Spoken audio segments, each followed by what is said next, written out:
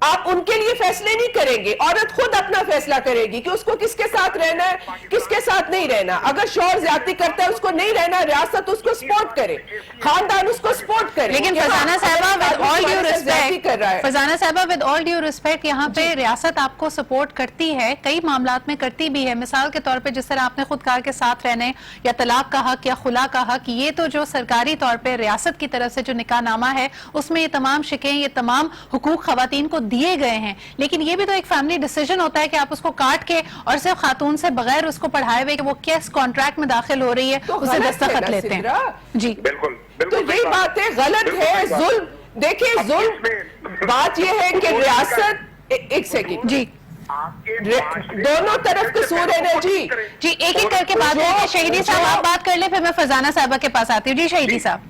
دیکھیں آپ نے بڑے اچھے نقطے کی طرف اشارہ کیا نکاح نامے کے حوالے سے. میں یہ سمجھتا ہوں کہ عورتوں کو آپ اتنا ایجوکیٹ کریں کہ ان کو اپنے ان حقوق کا اندازہ ہو جو حقوق اس کو اللہ نے دیے ہیں. امریکن کے دیے ہوئے حقوق نہیں, اللہ کے حقوق دیے ہوئے حقوق. آپ اگر اس پر کھڑی ہو جائیں, آپ بتائیں کہ کیا اس معاشرے میں کوئی خرابی پیدا ہوگی جب آپ اپنے رب کے دیے ہوئے ان حقوق کے دفاع کے لیے کھڑے ہوں. اس میں اگر کوئی مولوی کھڑا ہوگا تو اس خلاف میں وہ بھی بہ جائے گا, کوئی مدرسہ کھڑا ہوگا تو وہ بھی بہ جائے گا, کوئی این جی او کھڑی ہوگی تو اس کو بھی بہا کے. بہت بہت شکریہ شہیدی صاحب, بہت بہت شکریہ فرزانہ صاحبہ. یہاں پہ جو بات اسٹیبلش ہوتی ہے کہ اللہ کے دین نے تمام حقوق, ان کے پروٹیکشن کے رائٹس کو بہت خوبصورتی سے آویزہ کیا ہے, اس کو ہمیں اپنانا چاہیے. لیکن سب سے بڑھ کر یہ کہ خاص طور پہ مرد حضرات کے لیے, لیکن ہمارے پورے معاشرے کے لیے جس میں خواتین اور مرد شامل ہیں, کہ یہ کوئی بفے ڈنر نہیں ہے جس میں آپ اپنی مرضی کی ڈش اٹھا لیں اور اپنی مرضی سے جو آپ کو پسند نہ آئے اس کو چھوڑ دیں. اللہ کے قانون کو یا ان پروٹیکشنز کو پوری طرح سے ان کو نافذ کرنا چاہیے, اور ساتھ ہی ساتھ آپ جو قانون سازی کرتے ہیں اس سے پروٹیکشن خواتین کو ملے گا, لیکن اس کی امپلیمنٹیشن اور ایگزیکیوشن بہت ضروری ہے.